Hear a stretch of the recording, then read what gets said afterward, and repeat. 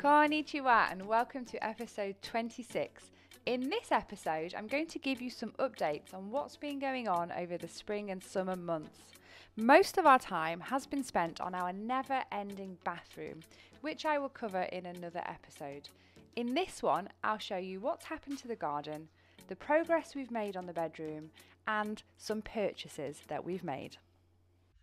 Our spring started off with a trip to Ishigaki in Okinawa.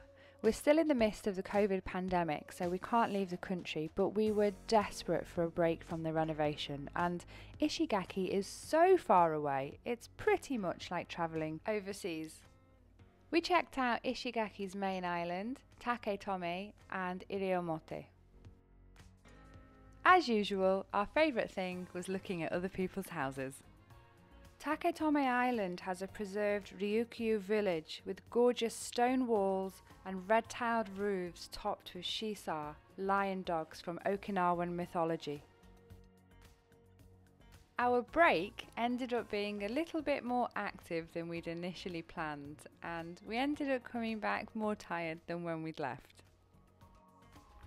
We've just got back from our holiday. We've been away for I think it's 10 days and the front garden is completely overgrown in that time. Have a look. It's literally been 5 weeks since Jessup was here and we cut all of this back. The plum tree, the Ume, this one, this didn't have any leaves on it at all when we left. I didn't even know it was capable of producing that many leaves. The pine trees, look how long the pines have got, the cones. And this is probably close to my knees in height.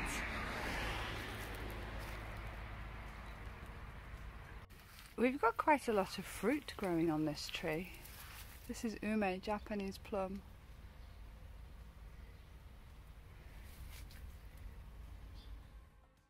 A month later, it was above waist height.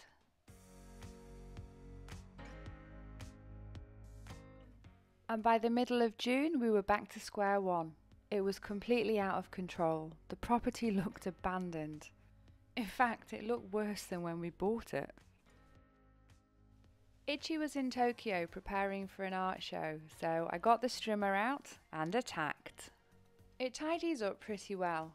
We're gonna have to think of a way to keep on top of this.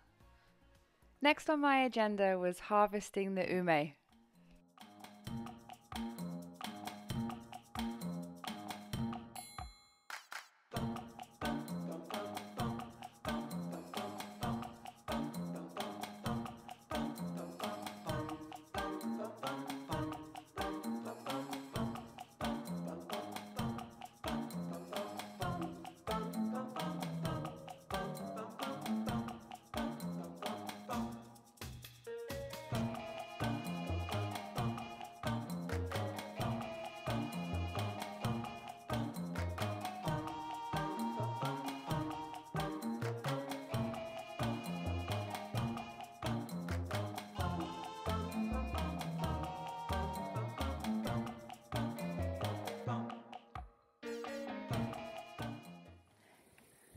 Well, that seems to be everything off the tree.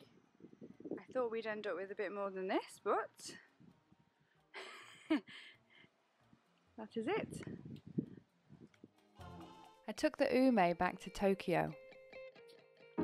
Tonight we are making Ume Shu with the ume from our tree in Ibaraki.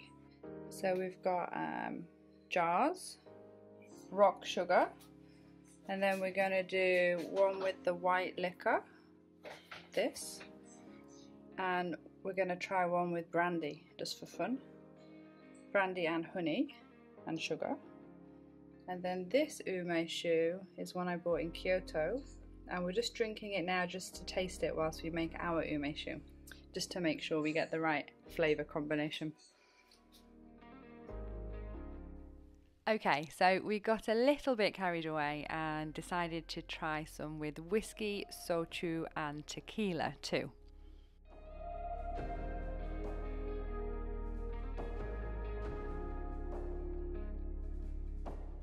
These will now go in a dark cupboard to ferment for at least 6 months.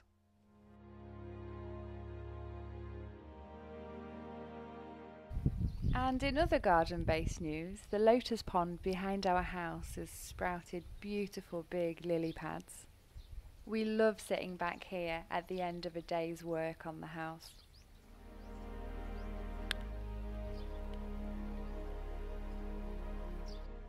And we've jazzed up the side of the house with some nice planter boxes.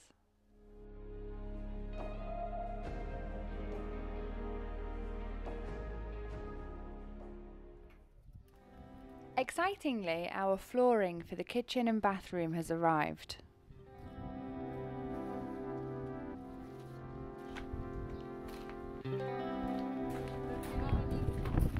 You might remember from an earlier episode that we were interested in this matte vinyl flooring from a company in the UK. This is a picture of the kitchen from when we first bought the house, when the bathroom was still in the corner, and these are different floor colours superimposed. We really like this one called Antelope, but after speaking to them about shipping options, we realised that it was just going to be far too expensive to get it shipped into Japan. Ichi found a Japanese shop which had a wide selection of vinyl flooring, none of it matte, but they did have a lot of colours. We've gone for black for the bathroom and toilet room and this beige for the kitchen. The total cost for both rooms was 53,000 yen, which is about $460. We ordered these carpet samples for the bedroom from the same shop. Okay. Say no. This one? Yeah. This one? You said this one, right? I said this one, and you said this one. Okay, so this one is currently on offer for, including tax, 2,508 yen. So if this room is about 12 square meters, this carpet will be 30,000. And then this one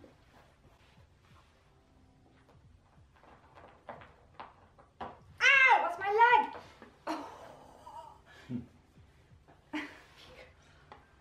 1,870 yen. And this carpet would be 22,440. So this one is about 7,500 yen cheaper. That's not bad though, I think. It's not a bad price. Sama. Just over £200. Correct that one. Why do you like that one, Kiko? If you could choose any of them, which one would you choose? Look, there's lots of choices for you. Do you want to change? Are you happy with that one? It's good. Tasty. Yeah, I think nice texture,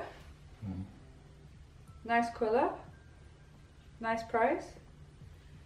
The one thing that I would say about these Japanese carpets is that they seem very thin compared to what we would get back home in the UK. As we moved into July, we started insulating the bedroom. We're using this waterproof sheet which we used in the outside wall as a kind of hammock to hold the insulation.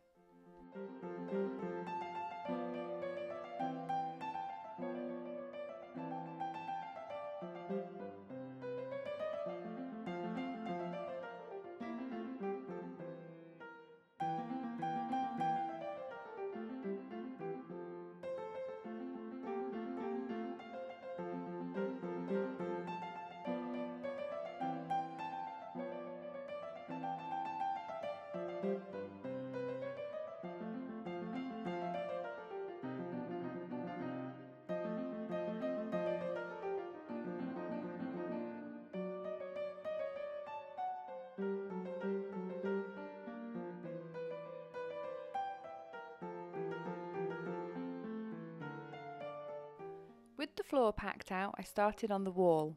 This is the back wall of the house, and it's where the tokonoma and the cupboard were originally.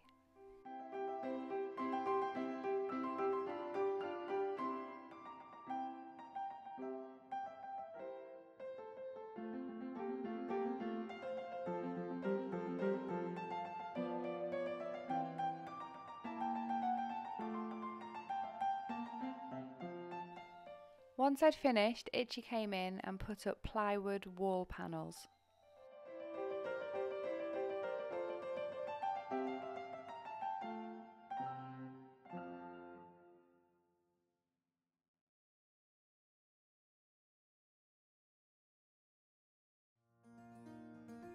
This is our original plan for the bedroom, and this is what it looks like as a 3D mock-up. We're planning to build a wall in front of the pillar and have a kind of walk-in wardrobe behind it. It's not a big room, and once the bed goes in, there'll be very little walking space. In fact, it might be better to turn the bed around, as I think we'd have more chance of getting bedside tables in. We haven't decided on a colour scheme for this room yet. First we were thinking something bright and airy, then we considered just varnishing the plywood, and now we're thinking maybe we should embrace the fact that it's a dark room and use dark colours. We'd welcome your suggestions and thoughts on this one. In other news, Ichi has gone llama shopping crazy. In his opinion, you can't have too many of these things.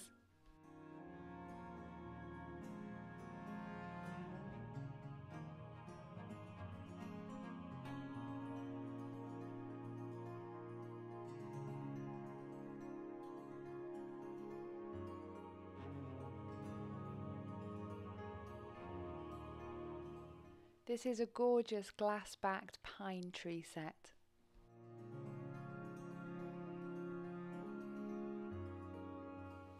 We're thinking about putting these ones into the bedroom wall. Maybe glass back? Glass into the bedroom? Yeah. And then carving into the living room? Yeah. Next to arrive was the air conditioners. We've bought 3, one each for the kitchen, bedroom and living room. We've decided on vertical blinds for the living room, so we made a trip to Nitori, which is a large furniture shop in Japan, to get a quote.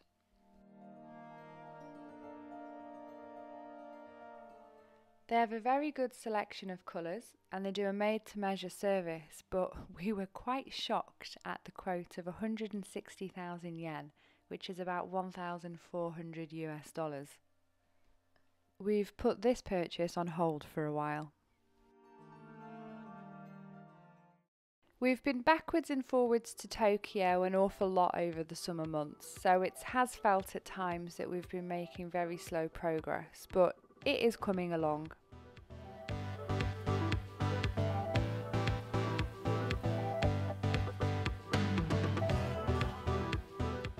Ichi was one of the headline artists at Japan's first physical NFT art show.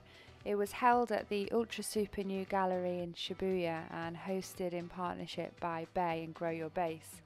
It was very exciting. Ichi got a lot of press and was featured on national TV. All of his NFTs from this show sold out. He has since released more, so I'll put a link in the episode description. We've both had birthdays and it was our anniversary. We went to Aman Hotel for an afternoon tea, which was excellent, and the interior design of the hotel is spectacular. I'll be recommending this to all of our Hello Tokyo Tours customers. And finally, the other great thing that happened this summer was getting a visit from Jaya, also known as Tokyo Llama. I've just realised you two are in matching outfits. Oh yeah. Right? You've got blue hats, check shirts and beige chinos. Good look. What's wrong with it? Literally matching. You look like twins on my camera. That's it for today. Over the next couple of episodes, we'll have updates on the kitchen and the bathroom. If you've enjoyed today's episode, please remember to like, subscribe, and leave a comment below.